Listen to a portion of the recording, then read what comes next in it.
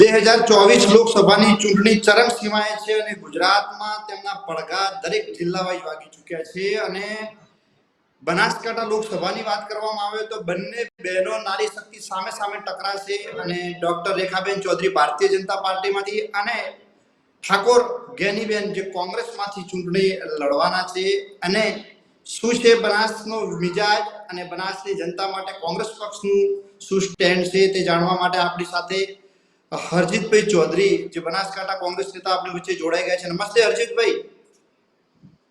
નમસ્તે.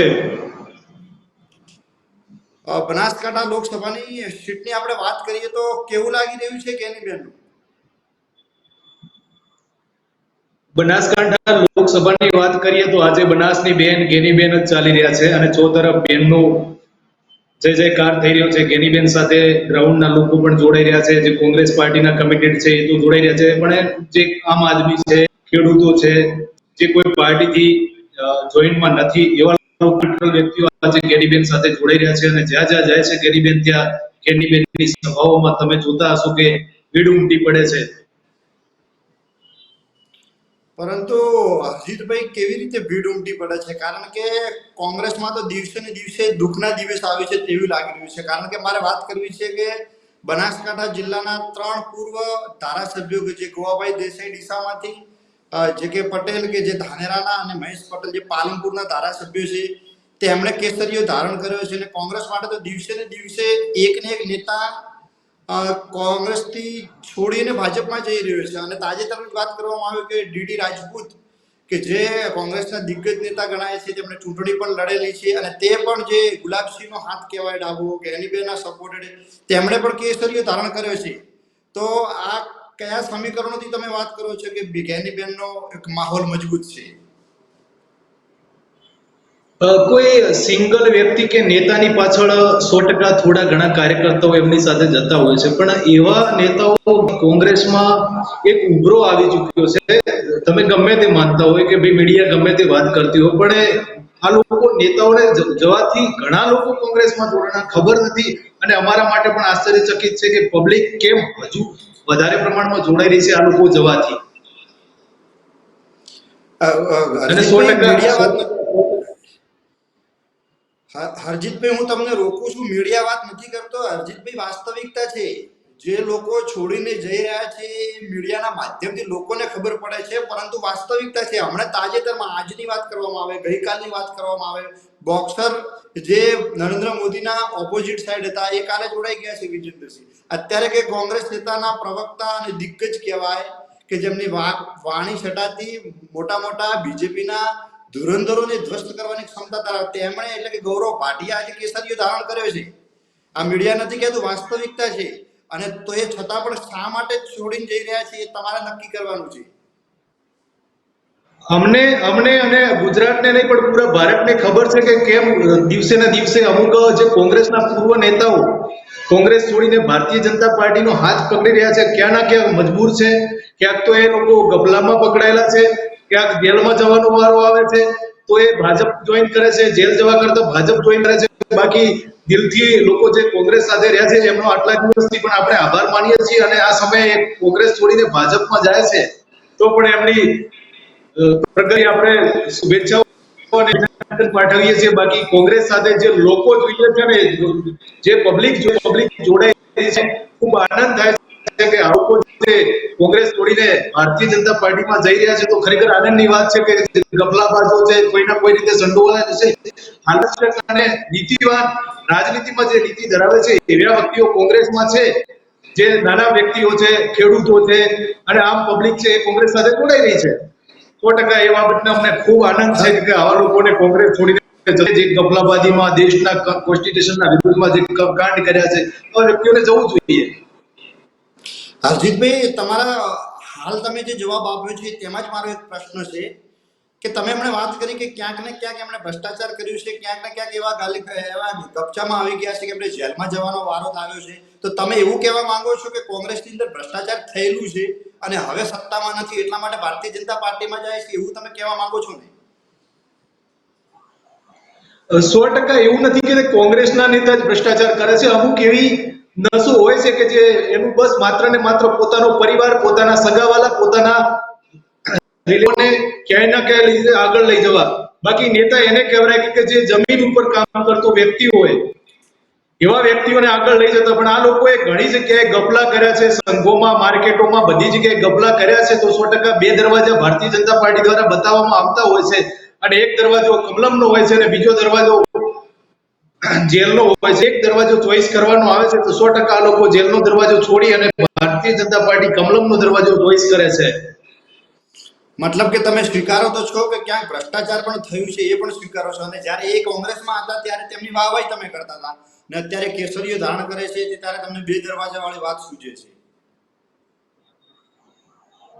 વાહવાહી અમે કોઈ સારા કામોને લઈને કરી છે, ક્યારે ભ્રષ્ટાચાર કર્યો એ બાબતને લઈને ક્યારે અમે કોંગ્રેસના કાર્યકર્તા ક્યારે એમની વાહવાહી નથી કરી. અને એવો કોઈ પણ દાખલો હોય તો અમે બાબતમાં કાંડ કર્યું હોય અને કાંડ બાબતે આ લોકોએ વાહવાહી કરી હોય તો 100% તમે અમને બતાવી શકો.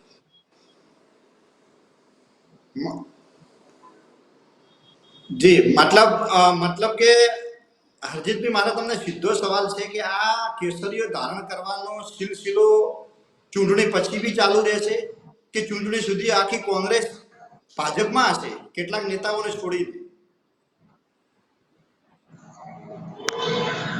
મુકેશભાઈ, તમે જે વાત કરી રહ્યા છો કેસરીઓ, તો કેસરીઓ કોને કહેવાય એ તો કદાચ આપણે જાણીએ છીએ કે કોઈ શરણાગતિ સ્વીકારે, ભારતીય જનતા પાર્ટી સામે સતત સંઘર્ષ બાદ હાર ઉપર હાર આવતી હોય ને આ બધું જોઈને હારી જતો હોય ને હિંમત હારી જતો હોય માણસ ક્યારેય કેસરીઓ કર્યા ના કહેવાય. કેસરિયાનું સન્માન જાળવવું જોઈએ આપ સૌ લોકોને.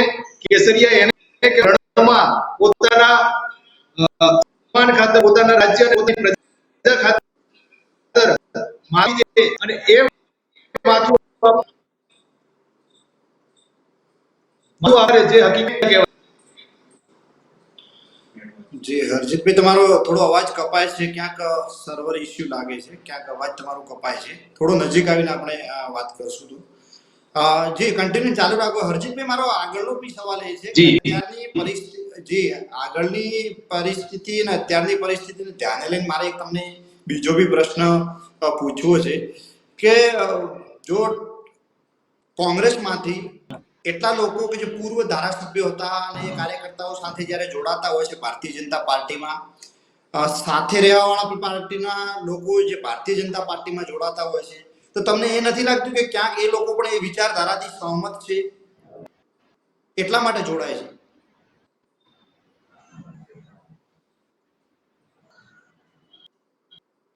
કોઈ વિચારધારાથી સંકળાયેલી માત્ર ને માત્ર અવસરવાદી નેતાઓ હોય છે, એવી પાર્ટી છોડતા હોય છે તો કાં તો ક્યાંક ગપલાબાજીમાં સેટ થયેલા હોય છે. ને આ લોકોને બે દરવાજા, મેં તમને આગળ વાત કરી કે બે દરવાજા બતાવવામાં આવતા હોય ને એક દરવાજો ચોઈસ કરવાનો હોય છે, તો ખોટું કપલા વાળો દરવાજો પસંદ કરતા હોય છે. જી, વાંધો નહીં. અજીતભાઈ, આપણે બીજા સવાલ ઉપર જઈએ કે હવે બનાસની બેન ગેનીબેન તરફથી સ્લોગનની વાત ચાલી અને ગેનીબેન મામેરું પણ માંગ્યું, જુવારો પણ માંગ્યું. તો આ વસ્તુ તો રેખાબેન ચૌધરી પણ માંગી શકે છે. અને લોકોનો અવાજ એવું છે, ઘણા સોશિયલ મીડિયાની અંદર વિડીયો પણ વાયરલ થયા કે ગેનીબેન તમને એકવાર મામેરું ભરી ચૂક્યા છે, રેખાબેન પહેલી વાર આવ્યા છે, તો એ હકદાર મામેરાના સાચા હકદાર કદાચ રેખાબેન નથી. તમને શું લાગે છે એ બાબતમાં? નહીં, પેલું સ્લોગન ગેનીબેન નું નથી. ગેનીબેન પહેલા જ પણ પ્રજા બોલી ચૂકી હતી ગેનીબેનની સભામાં કે બેન આ વખતે અમે મામેરું ભરવાના છે. વાવથી માંડી અને અંબાજીના જે સાબરકાંઠાના જે બોર્ડર સરહદ સુધી આ જ એક વાત ચાલી રહી છે, પબ્લિક દ્વારા કરવામાં આવી છે. અને પછી બીજી વખત ગેનીબેને કીધું કે હા, મારી જનતા મને મોમેરું ભરવા માંગે છે તો 100% મારો હક છે કે હું મોમેરું માંગુ છું. અને મોમેરું અમારી દેશી અને તળપદી ભાષામાં કહેવાય છે કે મોમેરું જ્યારે પ્રચાર કરવા જાય ત્યારે મોમેરું ઉડાડવાની વાત કરે છે. જી, તો શું લાગી રહ્યું છે, બનાસની જનતા ગેનીબેનને મામેરું ભરશે? બનાસની જનતા ગેનીબેનને મામેરું પણ ભરશે અને ગેનીબેનને ક્યાંક ક્યાંક પ્રાંતોમાં પોતાના જે સામાજિક અને જ્યાં જ્યાં પોતાના હક પ્રમાણે માંગવાનું જુવારું આવશે તો જુવારું પણ તે આપશે. અને બનાસકાંઠો તૈયાર છે, બનાસકાંઠાના જનતાનો પ્રેમ સાથે છે. તો હરજીતભાઈ, એવા તો કયા કામ છે કે જે ભારતીય જનતા પાર્ટી નાગરિક તરીકે અવાજ કપાય છે આપનો. મારો તમને સવાલ એ હતો કે મારો બનાસકાંઠા વાસીઓનો એ નાગરિકોનો સવાલ કે એવું તો કયું કામ છે કે જે ગેનીબેન આવીને કરવાના છે કે જે ભારતીય જનતા પાર્ટીએ ને એમના સાંસદોએ હજી સુધી નથી કર્યું? મુકેશભાઈ, હું એક આમ નાગરિક તરીકે વાત કરવા જાઉં તો મારું ગામ પેછડાલ છે, ડીસા તાલુકાનું પેછડાલ ગામ છે.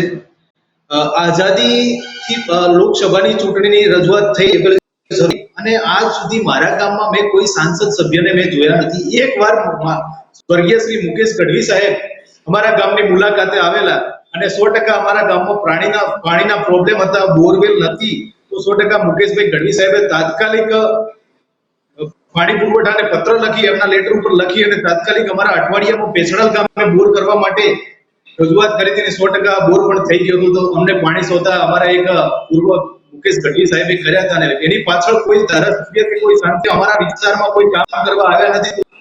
અમને આશા છે કે ગેનીબેન એક આમ પરિવારથી આવે છે, ખેડૂત મજદૂરની દીકરી છે. ગેનીબેન પોતે જ ખેડૂત છે અને ખેત મજદૂરની દીકરી છે. એમને છે તો એ મજૂરોનો સવાલ ઉઠાવશે, ખેડૂતોનો ઉઠાવશે, પશુપાલન ઉઠાવશે અને પશુપાલન કરતી મહિલાઓના સવાલ 100% સંસદમાં આશા છે કે ગેનીબેન 100% ત્યાંથી અમને રાહત મળે એવા કામ કરશે અમારા.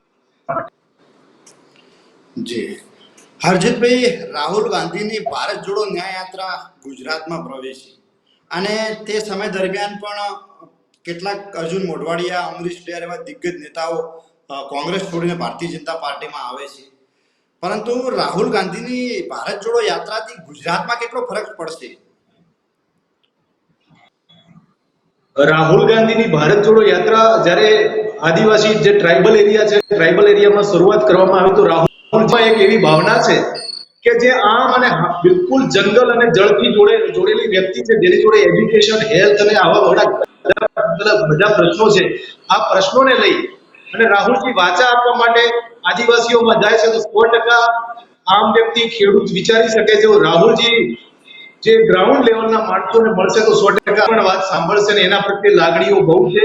રાહુલજી પ્રત્યે હરેક ખેડૂત, હરેક નાનો વેપારી અને સ્કૂલમાં ભણતું બાળક પણ વિચારે છે કે આવો સ્પષ્ટ અને પારદર્શક રાજનેતા જો ભારતની ગાદી ઉપર બેસે ને તો 100% રામ રાજ્યની શરૂઆત થાય.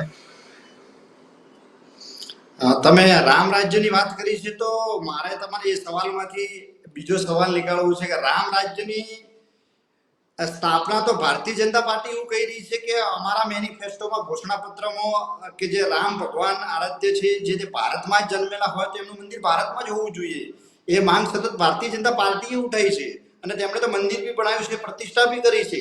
તો આપણે નથી લાગ્યું કે 2024ની લોકસભાની ચૂંટણીમાં રામ મંદિરના અને રામ ભક્તોને ખાસ કરીને કે હિન્દુ ધર્મ છે તે ભાજપ તરફ શેકટી વલણ ધરાવતું આવ્યું છે? તો આ ફેરે પણ નરેન્દ્ર મોદીનો 400 પારનો આંકડો છે તેમને સિદ્ધ કરવા માટે કરી અને પૂરા પ્રયત્નો કરશે. પહેલી વાત એ કરી દઉં છું કે જે માન્ય મંત્રીએ 400 પારો આપ્યો છે એ પોતાના વિચાર છે, ના તો પબ્લિક ના તો ભારતની પબ્લિક અમે તમને 400 પાર આપીએ. અને રામની તો હું આવું છું, કોંગ્રેસની વિચારધારાથી જોડાયેલો છું, પણ આ લોકો શરૂઆત કરતા કે પહેલી જ્યારે રામ રોટલી નામ આપીએ છીએ અને ગાયને કાતો નહીં ખવડાવીએ. રામ અમારા અને અમારા એક પણ પૂરા ભારત જે વસ્તુ જે ધર્મના લોકો વસે છે તેમના પૂર્વજ છે અને રામ મંદિરથી જો ભારતીય જનતા પાર્ટીને 400 સીટો મળતી હોય તો એ વાત ખોટી છે. રામ મંદિર તો એક પ્રોગ્રામ કર્યો છે, ભારતીય જનતા પાર્ટીનો એક ઇવેન્ટ હતું. રામ મંદિરની 100% પ્રાણ પ્રતિષ્ઠા થઈ પડે જે શાસ્ત્રો અનુસાર પ્રમાણે કરવામાં આવે. આ લોકોએ શાસ્ત્રો અનુસાર પ્રમાણે નથી કરી. ભગવાન રામના મંદિરનું કળશ ઉપર મૂકવામાં આવ્યા. જે નિર્માણ બાકી હતું, એક નિર્માણ પહેલા ભગવાન રામને માન્ય વડાપ્રધાન સાહેબ શ્રી આંગળી પકડાઈ અને આવી અને મંદિરમાં બેસાડે છે. થોડા જગતને આંગળી પકડીને ચલાવનાર વ્યક્તિનું જે મહાન મર્યાદા પુરુષોત્તમ રામને આંગળી પકડીને બતાવતા હોય કે રામ તો જગતનો બાપ છે. આ લોકોની ક્યાંક ના ક્યાંક બુદ્ધિ ભ્રષ્ટ થઈ ગઈ છે કે ભગવાન રામને આંગળી પકડાઈ અને બાળ રામની પ્રાણ પ્રતિષ્ઠા યોગ્ય નથી ને 100% ભગવાન રામ આમના ઉપર કૃપાયમાન છે. તો તમે જુઓ ભારતીય જનતા પાર્ટીના ઘણા એવા ઉમેદવારો પોતાની જનતાનું ગ્રાઉન્ડ છોડવા તૈયાર છે. ક્યાંક ના ક્યાંક રાજકોટ તરફ તમે નજર જુઓ તો બળવા ફાટી નીકળ્યા છે. ક્યાંક એમની શું કહેવાય રાષ્ટ્રની ભાષાઓનો ઉપયોગ થઈ રહ્યો છે. ભારતીય જનતા પાર્ટીની બુદ્ધિ ભ્રષ્ટ થઈ ગઈ છે. ભગવાન રામને ખોટી ના ખોટી રીતે આ લોકોએ આગળ ભગવાન નામે વોટ માંગ્યા છે. વર્ષો પહેલા મંદિરના નામે તરી ગયા હતા કે અમને આ વખતે તમે જુઓ તો સ્લોટર વિદેશમાં ગાય કપાય છે એવા લોકો જોડેથી પણ આ લોકોએ ફંડ લીધું છે. ભારતીય જનતા પાર્ટી લીધું છે. ભારતીય હરજીતભાઈ જનતા અવાજ કપાય છે. હરજીતભાઈ આપનો અવાજ ક્યાંક ના કપાય છે. ક્યાંક આવી રીતે ભગવાન રામના નામે ચરવા નીકળે છે તો 100% ભારતીય જનતા પણ છે ને આમને ક્યારેય એક્સેપ્ટ નહીં. હરજીતભાઈ પણ રામ મંદિર કોઈ ભારતીય જનતા પાર્ટીએ નથી બનાવ્યો. એ રામ મંદિર હજારો લાખો કરોડોના પૈસોથી બન્યો છે અને એમની સાથે ક્યાંક આસ્થા, શક્તિ, ભક્તિ, વિશ્વાસ, શ્રદ્ધા બધું જ જોડાયેલું હતું. અને હું ખુદ એ ધર્મમાંથી આવો છું, તમે એ ધર્મમાંથી આવો છો. રાજનીતિથી ઉપર ઉઠી અને ભગવાન રામની પ્રાણ પ્રતિષ્ઠા થઈ ગઈ છે. તો તે સમયે કોંગ્રેસને પણ નિમંત્રણ આપ્યું હતું અને કોઈ ભારતીય જનતા પાર્ટીએ નિમંત્રણ નહોતું આપ્યું. એના માટે ટ્રસ્ટ નિમેલો છે. એ ટ્રસ્ટ તરફથી પણ આમંત્રણ મળેલું હતું. પણ તે છતાં બી આપણે રાજનીતિને છોડી અને જે આપણો આસ્થાનું પ્રતીક છે એટલા સુધી આપણે વંદન અને નમન આપણે કરી શકીએ, એટલા સુધી રામ મંદિર સુધી વાત રાખીએ. પરંતુ મારો તમારો સવાલ એટલા માટે બીજી વાર કરવો પડે છે કે કોંગ્રેસને આમંત્રણ એ જે ટ્રસ્ટ છે એમના તરફથી મળેલું છે. તે છતાં પણ કોંગ્રેસ ના ગઈ અને તે છતાં પણ એ જ મંદિરનો વિરોધ કરવો તે કેટલા સુધી યોગ્ય છે?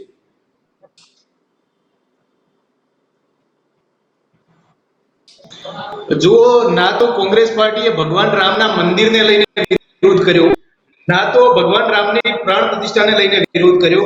માત્ર ને માત્ર એમ આવે છે કોંગ્રેસ પાર્ટીના આલા અધિકારીઓને બોલાવવામાં આવે છે અને કોંગ્રેસના આલા અધિકારીઓને આલા નેતાઓનું કહેવાનું એ કે ભગવાન રામ સાથે પૂરા ભારતની જોડાયેલી છે, અમારી પાર્ટીની જોડાયેલી છે. આ માત્ર ને માત્ર ભારતીય જનતા પાર્ટી દ્વારા એક ઇવેન્ટ કરવામાં આવ્યો, ચૂંટણી લક્ષી પ્રોગ્રામ છે ને એ પ્રોગ્રામમાં અમે હાજરી નહીં આપીએ. ભગવાન રામના મંદિરે અમે 100% રાષ્ટ્રીય કોંગ્રેસ પાર્ટીના આગેવાનો સાથે મંદિરે જશું અને કહીએ છીએ રામ સાથે અમારી આસ્થા જોડે. રામને ચૂંટણીમાં આગળ કરવા માટે આ વસ્તુ અમે સાથ નહીં આપી શકીએ. 100% કોંગ્રેસના આલા અધિકારીઓને આલા નેતાઓની વાત છે. જી હરજીતભાઈ, મારો તમને એક બીજો બી સવાલ આમાંથી પેદા થાય છે, થોડો સાઈડ કરીને મારે તમને પૂછવું છે. હરજીતભાઈ, આમંત્રણ આપ્યું અને તમે નથી ગયા, તેના પાછળનું કારણ તમે રાજનીતિ કદાચ માનો છો. તો હવે રામ મંદિર બન્યા પછી તમારી આસ્થા, શક્તિ, ભક્તિ સાથે તમે કદાચ એ જગ્યા પર નમન વંદન તમે કરશો આવનારા સમયમાં. પરંતુ મારો સવાલ એ છે કે આ એવો સળગતો પ્રશ્ન હતો કે એટલા જ દિવસ કોંગ્રેસ સત્તામાં રહી છે, શા માટે એનો ઉકેલ ન લઈ શકી? અને માન્ય સુપ્રીમ કોર્ટે જ્યારે એનો ચુકાદો આપે છે અને કોઈ ભારતીય જનતા પાર્ટી નથી આપતી, કોઈ વ્યક્તિ નથી આપતો, કોઈ વિચારધારા, કોઈ ધર્મ નથી આપતું. માન્ય સુપ્રીમ કોર્ટ જ્યારે ચુકાદો આપે છે તો એ સર્વમાન્ય હોવો જોઈએ. તેમાં ભાજપ, કોંગ્રેસ બિલકુલ ના હોવું જોઈએ. અને આ બહોળો વર્ગ સાથે જોડાયેલો મુદ્દો છે અને મુસ્લિમ પક્ષ કે જે ઓપોઝિટ સાઈડમાં હતું તે પણ એમાં સહમત હતું. તો હવે તે વિવાદ અને ચૂંટણી લક્ષી આખો માહોલ બનાવવાનો એનું કારણ જ કોઈ નથી રહેતું ને. મુકેશભાઈ, મારું કહેવું એવું છે સુપ્રીમ કોર્ટનો ફેસલો છે ને 100% બંધારણીય રીતે છે. તો સુપ્રીમ કોર્ટના ફેસલાને ભારતની દરેક પ્રજા આવકારે છે. ભગવાન રામના મંદિરનો ફેસલો ભારતીય જનતા પાર્ટીના કાર્યાલયથી કે ભારતીય જનતા પાર્ટીના લોકોના જો નેતાઓ છે એમના દ્વારા ફેસલો નથી આવ્યો, આ સુપ્રીમ કોર્ટ દ્વારા આવ્યો છે. પણ સુપ્રીમ કોર્ટની તારીખ નથી આપવામાં આવી કે સુપ્રીમ કોર્ટે કીધું કે ભગવાન રામનું નિર્માણ મંદિરનું થાય એની પહેલા આ લોકોને ચૂંટણી પહેલા આ લોકોને પ્રસ્તુત કરી દેવું ને પ્રાણ પ્રતિષ્ઠા કરીને ભારતના ભગવાન રામના નામે લોકસભાની ચૂંટણી લડવી. આજે તમે જ્યાં જાઓ છો ત્યાં શું લોકો કહે છે કે ભક્તિ જો નજર મિલાવી હોય તો ભાજપને વોટ આપજો. શું આ યોગ્ય છે? ભગવાન રામથી નજર મિલાવી હોય તો ભારતીય જનતા પાર્ટીને વોટ આપવું, શું આ સ્લોગન એમનું યોગ્ય છે? અરે અમે તો એમ કહીએ છીએ કે અગર આપણી માતાને આપણી મમ્મીને જો નજર મિલાવી હોય ને તો વોટ કોંગ્રેસને આપજો. Bharatiya Janata party remdesivir injection 6,000 નો સ્ટોક કમલમ ખાતે રાખતી હતી અને જ્યારે એક માં તરફડતી હતી પોતાના દીકરાને જોઈને કે મારો દીકરો મરી જશે, ત્યારે આ ભારતીય જનતા પાર્ટીના આલા નેતાઓને શરમ નથી આવતી કે દયા નથી આવતી? કઈ રીતે એક માં પોતાના બાળકને સુટકેસ ઉપર બેસાડીને ખેંચીને ગુજરાતથી ઉત્તર પ્રદેશ જતી હોય છે, ત્યારે આ છોકરીઓને કે આ મહિલાઓને જ્યારે ત્યાં મોકલવા માટે કોઈ સુવિધા નથી પાડી શકતી ભારતીય જનતા પાર્ટી? કઈ રીતે ભગવાન રામ અને રામ રાજ્યની વાત કરે છે ભારતીય જનતા પાર્ટી વાળા? ભારતની જનતાએ જોયું છે, ભારતની જનતાએ પારદર્શક રીતે જોવા જાય ને જો પોતાની નજરોથી, તો રીતસરના આ લોકોએ ભારતની જનતા સાથે વારે ઘડીએ ધોખા કર્યા છે અને ચૂંટણી આવે એટલે ભગવાન રામ અને ગાય આગળ કરે છે. આ વખતે તો ગાય માતાનો પ્રતાપથી એમનું જે સ્લોડરના જે ફંડો લીધા છે, સ્લોડર કારોબારના જે સબસિડીઓ આપીને સ્લોડર કારોબાર ચલાવ્યા છે અને ભારતીય જનતા પાર્ટીના આદેશ અનુસાર આટલી મોટી મોટી જગ્યાઓમાં ફેક્ટરીઓ ચાલતી હોય જ્યાં ગાયો કપાય છે, તો 100% હિન્દુ પણ જાગી ગયો છે અને ભારતમાં મુસલમાન પણ જાગી ગયો છે, બધા ધર્મના લોકો જાગી ગયા છે કે આ માત્ર ને માત્ર ગોબરગંડા કરી અને ભારતની જનતાને બેવકૂફ બનાવી અને ધર્મના નામે, જ્ઞાતિના નામે લોકોને રીકુટા પાડીને રાજનીતિ કરવા માંગી રહ્યા છે, કરી રહ્યા છે. તો તમને શું લાગે છે નરેન્દ્ર મોદીનો 400 પારનો આંકડો સિદ્ધ નથી થશે? મેં આગળ કીધું કે નરેન્દ્ર મોદીનો આંકડો છે કે 400 પાર, ભારતની જનતાનો નથી આંકડો. ભારતની પબ્લિકે કે ભારતની જનતાએ ક્યાંય એવું નથી જાહેરમાં આવીને કીધું કે અમે 400 પાર આપવા જઈ રહ્યા છીએ. માન્ય વડાપ્રધાન શ્રીએ ભારત દેશની અંદર આટલું સારું એવું શિક્ષણ ઉપર ટેક્સ લગાવી દીધું. દુનિયાનો સૌથી મોંઘામાં મોંઘો શિક્ષણ માટે ચાલતો દેશ હોય તો ભારત બધી જગ્યાએ સૌથી વધારે જીએસટી વસૂલ કરતો હોય તો ભારત આના લીધે 400 પાર આપવા નથી જઈ રહ્યું. પબ્લિક વિચારે છે કે મારા છોકરાને હું સ્કૂલમાં નથી ભણાવી શકતો, મારા છોકરાને હું ફી નથી ભરી શકતો, સારી સ્કૂલમાં નથી મૂકી શકતા, સારા શિક્ષકોની ભરતી નથી થતી, સારી સારવાર અને હેલ્થમાં સારવારો નથી મળી રહી, એ બધી પબ્લિકને ખબર છે. ગેસની બોટલ 367 રૂપિયા હતા અને આ લોકો કહેતા હતા કે અમે તમને 200-250 રૂપિયામાં આપશું, 40 રૂપિયા ડીઝલ પેટ્રોલ આપશું, ડોલર સાથે અમે અથડાશું અને ડોલરને 40 રૂપિયા ઉપર ઘૂંટણા ટેકાવશું. આ બધા મોદી સાહેબ બોલ્યા છે, જૂના વિડીયો જોઈ લો તમે. આ બધું 400 પાર નથી આપતા. હરજીતભાઈ, આ સવાલ તો પણ એ છે, તમે અત્યારે હાલ જ કીધું કે આ ભારતીય જનતા પાર્ટીનો સ્લોગન છે ભારતની જનતા નથી, પણ 2014માં જ્યારે નરેન્દ્રભાઈ મોદી ઉમેદવાર બને છે ત્યારે કહે છે કે પૂર્ણ બહુમતીથી મારે સરકાર જોઈએ છે. તો 272 જે આપણે પૂર્ણ બહુમતી, એનાથી 10-12 સીટો વધારે આવે છે. 2019ની લોકસભાની વાત કરીએ તો એ એવું બોલે છે કે અબકી બાર 300 પાર, તો 303 સીટો આવે છે. અને 2024માં અબકી બાર 400 પાર, જે એનડીએનો આંકડો કહે છે, 370 ભારતીય જનતા પાર્ટીનો આંકડો કહે છે. તો એમના ભૂતકાળના રેકોર્ડ ઉપર તો અત્યારે એવું પણ મનાઈ રહ્યું છે કે જે નરેન્દ્ર મોદી બોલે છે એને સિદ્ધ કરશે. માત્ર ને માત્ર આમની ક્યાંક એવી નજર હશે, ક્યાંક આવા વિચારો રજૂ કરતા હશે. ન જાણ્યું જાનકી નાથે કાલે શું થવાનું. અમે કોંગ્રેસ વાળા કે ભારતની પબ્લિક જાણતી નથી. મારો ભગવાન શ્રી રામ પણ નતો જાણતો કે સવારે વહેલા રાજ્યાભિષેક થવાનું છે કે વનવાસ જવાનું છે. બાકી ભારત પાર્ટીના એવા સત્યવાન માણસો આ જાણી રહ્યા છે તો ખરેખર એ મૂર્ખાઈ છે અને ખોટી વાતો કરી રહ્યા છે. ભારતની જનતા એવું કહેતી હોય ને, રોડ ઉપર આવીને કહેતી હોય કે નરેન્દ્રભાઈ મોદી સાહેબને અમે 400 પાર મૂકીએ છીએ તો 100% અમે સ્વીકારીશું કે ભારતની જનતા બોલી છે. આ લોકો તો ગમે તે બોલી શકે છે, પાછળથી એમ કહેશે એ તો સિર્ફ જુમલા હતા.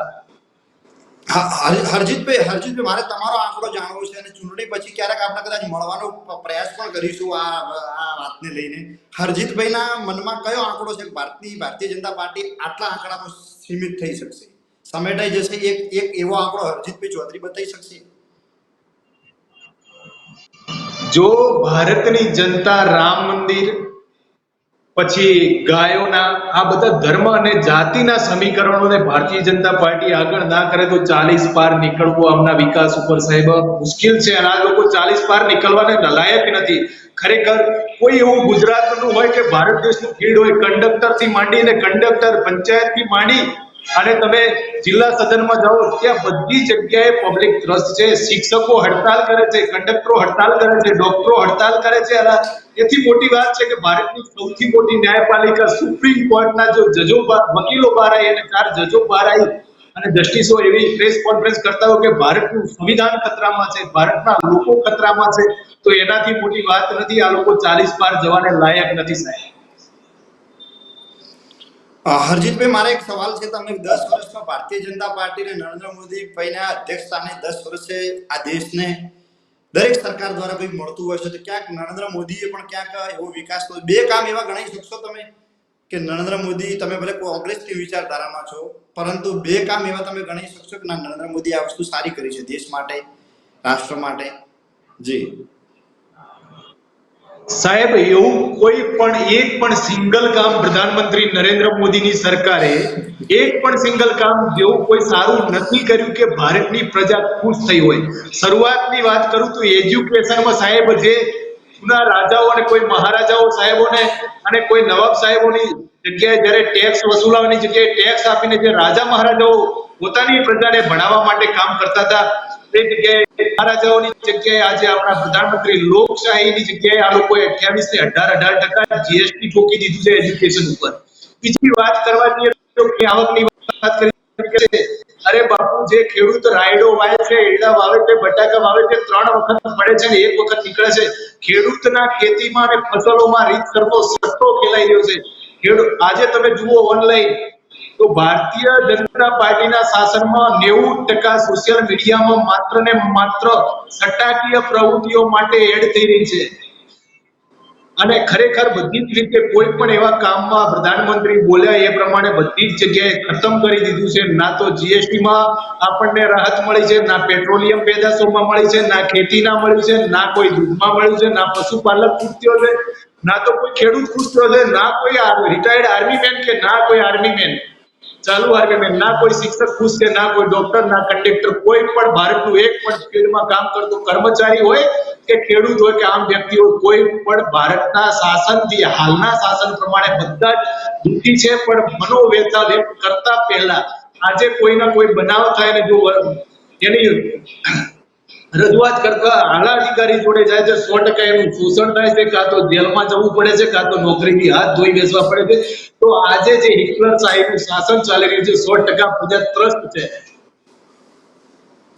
હરજીતભાઈ, તમે વાત કરી કિસાનો અને ખેડૂતોની વાત કરી, તો ભારતીય જનતા પાર્ટી કહે છે અને એ જો યોજના પણ લાગે છે, જે કિસાન સન્માન જે નિધિ છે, દર વર્ષે 6,000 રૂપિયા 3 હપ્તામાં જે કન્વર્ટ કર્યું છે, તો કોંગ્રેસનું શાસન તો છેકથી રહ્યું છે, તો હજી સુધી એ યોજના લાગુ નથી. જ્યારે 2019 થી આ યોજના લાગુ પડે છે, તો ક્યાંક કિસાનો માટે ભારતીય જનતા પાર્ટીએ આ એક નાની છે પણ આ બહોળો વર્ગ છે, દેશ મોટો છે, કે દેશ છે એ ખેતી પ્રધાન દેશ છે, તો એટલા માટે કોંગ્રેસ પણ આ યોજના લાવી શકતી હતી ને? ખેડૂત 2000 થી ખુશ નથી કે 2000 રૂપિયા ભારત સરકારના ખજાનાથી ખેડૂત લે એમાં ખુશ છે. ખેડૂતને નથી 2000 રૂપિયા, ખેડૂત 2000 રૂપિયા ભારતની સરકારને આપવા માંગે છે કે અમારા છોકરાઓનું શિક્ષણ સસ્તું કરો, અમને વીજળી સસ્તી આપો, અમને ટ્રાવેલિંગ ખર્ચ સસ્તા આપો, તમે અમને બધી સુવિધાઓ સસ્તી કરો, અમે 2000 રૂપિયા દરેક વ્યક્તિ પ્રધાનમંત્રીને પહોંચાડવા માટે સહમત છીએ, પણ તમે અમને એટલા લાચાર કરી દીધા છે કે તમારા 2000 રૂપિયા બદલે મારો ભારતનો ખેડૂત જે જગતનો તાજ કહેવાય એ સાહેબ એ 2000 માટે વાડ જોઈ બેઠો છે કે પ્રધાનમંત્રી ક્યારે 2000 રૂપિયા નાખે અને અમે લેવા જઈએ. 100% સાહેબ મારા ખેડૂતને એટલો લાચાર કર્યો છે કે 2000 માટે તડપી રહ્યો છે. ગેસની બોટલ ભરાવી હોય તો 1100 રૂપિયા સાહેબ એને ફી ભરવાની આવે, છોકરાઓને તો પૈસા નથી હોતા. મહિલાઓના પર્સમાં પેલા 20,000 રૂપિયા મળી રહેતા, અમે પણ જોયું છે. આજે મહિલાના એના પર્સની અંદર 1000 રૂપિયા ગેસની બોટલના નથી હોતા અને પડોશી જોડેથી લેવા પડે છે, કોઈ સક્ષમ અને સાહુકાર વ્યક્તિઓ જોડેથી વ્યાજે લઈને છોકરા ભણાવે છે, જમીનો વેચીને છોકરા ભણાવે છે. એટલું એજ્યુકેશન મોંઘું કર્યું, એટલી ગેસ મોંઘી કરી, બધી જગ્યાએ પતાવી દીધા. તમે વાત કરો છો 2000 ની, એટલે ખેડૂતને તો લાચાર કરી દીધો છે કે 2000 માટે ખેડૂત જગતનો બાપ કહેવાય. 2000 માટે બેંકની લાઈનમાં જાય અને લાઈનમાં જાય એટલે એનો કાચ તૂટી જાય, ક્યાંક જાળીમાં ફસાઈ જાય, ધક્કા મૂકી થાય, ખેડૂતો મરે છે. આ ટેકની બાબતમાં આવી રીતે લાચાર કર્યો છે ખેડૂતને, તમે સન્માન નથી આપી રહ્યા. તો હરજીતભાઈ, શું કોંગ્રેસની સરકાર કદાચ બને અને કોંગ્રેસની સરકાર બન્યા પછી આ તમે 2000 રૂપિયા પણ બંધ કરી નાખશો? ખેડૂત જો લાચાર જ હોય 2000 કોંગ્રેસની સરકાર ભારતના ખેડૂતોને, ભારતના દરેક ફિલ્ડમાં કામ કરતા વ્યક્તિઓને લાચાર નહીં કરે. 2000 ની જગ્યાએ ભલે 6000 આપવાની વાત કરતી છે તો કોંગ્રેસ આપશે મહિને, પણ ભારતના ખેડૂતને પોસાઈ રહે એવા પોષણક્ષમ ભાવ મળશે. લાગત મૂલ્ય કરતા જો ખેડૂતને 50% પ્લસ વધતું હશે એવી રીતે ખેડૂતને સહકાર આપશે. વિદ્યાર્થીઓને એજ્યુકેશન મળશે. આપણે 2000 ની જરૂર નહીં પડે. અને કોંગ્રેસ કોંગ્રેસની સરકાર વિરુદ્ધ કે કોઈ આમ વ્યક્તિ ભારત સરકારના લેવાને પણ આપવા માટે સક્ષમ થાય એ જ માન્ય રાહુલ ગાંધી અને ઇન્ડિયા ગઠબંધનના નેતૃત્વ ભારત સરકારને ટેકો કરશે. જે હરજીતભાઈ પાછા આપણે નેશનલ પોલિટિક્સમાંથી આપણે રાજ્યની ખાસ કરીને જિલ્લાની પોલિટિક્સમાં હું તમને પાછા લઈ જાઉં છું. હરજીતભાઈ જ્ઞાનીબેન ચૌધરીએ ચૂંટણી પ્રચારમાં તો જોર લગાવી ચૂક્યા છે, પણ દિવસે દિવસે અમે સાથીદારો પણ સાથ છોડી રહ્યા છે. તે છતાં પણ શું જ્ઞાનીબેન કેટલી લીડથી જીતવાની તમે આશા અપેક્ષા રાખો છો?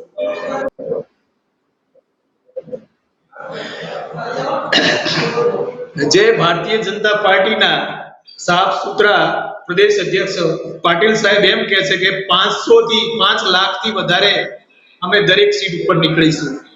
પાટીલ સાહેબ, મારે એવું જ કેવું છે કે શરમમાં આવી જોઈએ તમારા ઉમેદવારો. તમે જે મેન્ડેટ આપો છો એ માણસો મેદાન છોડીને ભાગી જાય છે.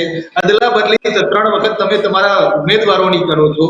તમે 5 લાખની વાત ના કરો. અને બનાસકાંઠાથી અમે કહીએ છીએ કે 2.5 થી 3 લાખે ભારતીય રાષ્ટ્રીય પાર્ટી અને ઇન્ડિયા ગઠબંધનના ઉમેદવાર જ્ઞાનીબેન ઠાકોર જીતવા જઈ રહ્યા છે.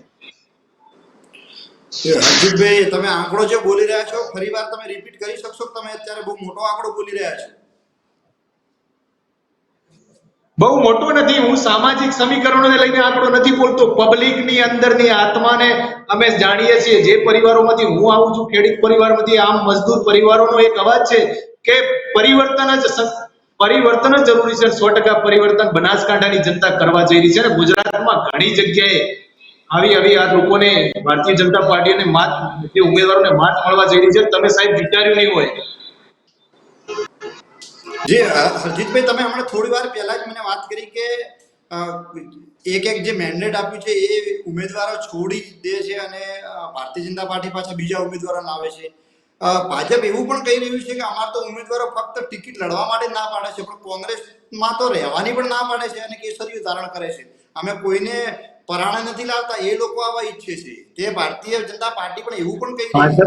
ભાજપવાળા ગમે તે વાત કરતા હોય એ એમના અભિમાનનું આસમાને છે અને ગમે તેવી વાતો કરી શકે છે. અમે ગુજરાતની અંદર કે ભારતની જગ્યાએ કોઈ એવી સીટ ખાલી છોડીને એમને બિનહરીફ ભાજપવાળા કરવા જઈ રહ્યા હોય તો 100% અમારી શરણાગતિ સ્વીકારાય.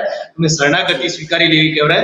બાકી કોઈ જગ્યાએ એવી ખાલી હોય કે અહીંથી કોંગ્રેસ ઉમેદવાર નથી લડતા, કહેજો.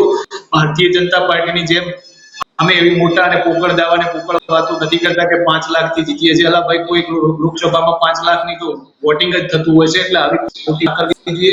અને અમે તો એ જ કહીએ છીએ કે જાનકીનાથે કાલે ભગવાન એવું જ કહે છે કે સારું જ થવાનું છે. હરજીતભાઈ, તમારા તરફથી 26માંથી 26 ભારતીય જનતા પાર્ટી આ સમયે પણ હેટ્રિક મારશે કે કંઈક તમને 19-20 દેખાઈ રહ્યું છે આમાં પણ? અવાજ બરાબર નથી આવતો. જે મારો પ્રશ્ન બીજી વાર રિપીટ કરું છું કે શું આપને લાગી રહ્યું છે કે આ ફેરે પણ ભારતીય જનતા પાર્ટી 26માંથી 26 બેઠકોની હેટ્રિક મારશે કે કોંગ્રેસ ક્યાંક એમાં સેંધ નાખશે?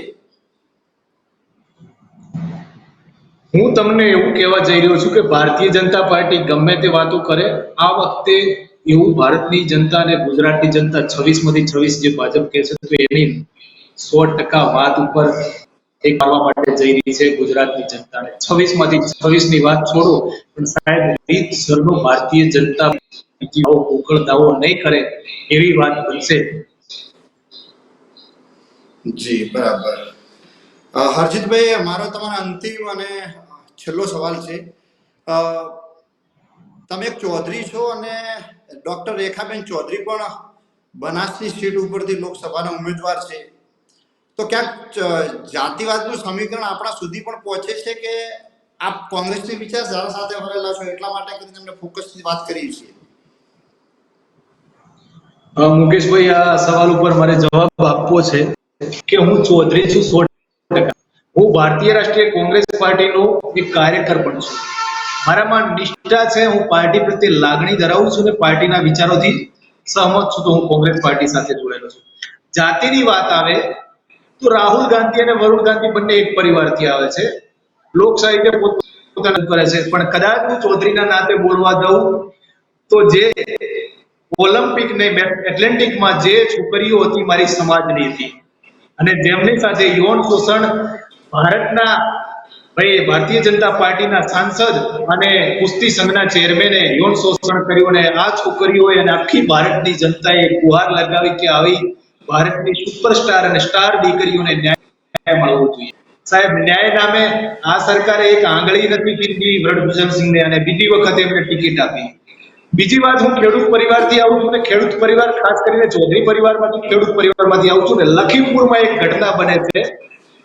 મારા ખેડૂત પર 2 વખત ઠાર ગાડીથી કચડી અને કેટલાય લોકોને મારી નાખવામાં આવે છે. એ મંત્રીના બેટાને જેલ પડે છે અને ખેડૂતો ત્યાં આંદોલન કરે છે પણ ન્યાય નથી મળતો. એ પણ મારો ચૌધરી પરિવાર હતો અને સરકારે બીજી વખત પણ એ મંત્રીના બેટાને એ મંત્રીને બીજી વખત પણ ટિકિટ આપી છે. 100% ચૌધરીના નાતે જોવા જવું ને તો ખરેખર ચૌધરીઓનું લોહી ઉકળી ઉઠે છે અને ગુજરાતના ખેડૂતોને, ભારતના ખેડૂતોનું લોહી ઉકળી ઉઠે છે કે અમારા ઉપર તમે ગાડીઓ ચલાવો છો, ગોળીઓ ચલાવો છો, આંસુ ગેસ છોડો છો અને પછી અમારા જોડે તમે વિકાસના નામે વંટોળ લઈને આવો છો ને વિકાસમાં ઝીરો હોય છે ને તમે વોટ લેવા આવો છો. તો ભારતના ખેડૂતોનું લોહી ઉકળી ઉઠવું જોઈએ કે તમે અમને કોરોનામાં શું સહાય આપી, અમારા જે ખેડૂતોની કિસાન નિધિની વાત કરો છો તો 100% તમે 2000 રૂપિયા આપો છો, તમે અમને 45,000 માઇનસ કરી રહ્યા છો. આવી રીતે પૂરી રીતે ખેડૂતોને પટાઈ દીધા છે. મારા સમાજને સાહેબ ખતમ કરી દીધો છે. સમાજની છોકરીઓ ભાઈ, અને પેલા ભાઈ શું નામ છે, બજરંગ પુનિયા પોતાના ગોલ્ડ મેડલ નદીમાં ફેરવવા જાય છે. સાક્ષી મલિક નદીમાં તેરવે છે અને વિનેશ ફોગાટ પણ નદીમાં તેરવે છે. સાહેબ, અમારા દેશમાં ખેડૂતો, ખેલાડીઓ પણ લાચાર છે અને ખેડૂતો પણ લાચાર છે. હરજીતભાઈ, કોઈના ઘરે ઈડીની તપાસ અને રેડ પડે છે તો બીજા દિવસે એની જોડેથી બોન્ડ ખરીદવામાં આવે છે અને એને મુક્ત કરવામાં આવે છે. ભ્રષ્ટાચારીઓને સૌથી મોટો સપોર્ટ કરતી હોય તો ભારતીય જનતા પાર્ટી.